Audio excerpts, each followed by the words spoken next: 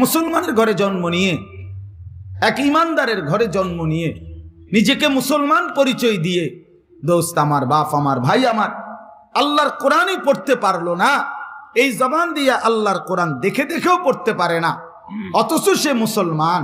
আমার দৃষ্টিতে ওই লোকটা, ওই ছেলেটা, ওই মানুষটা আমার দৃষ্টিতে সে মূলত বোবা, বোবা, বোবা বেটা।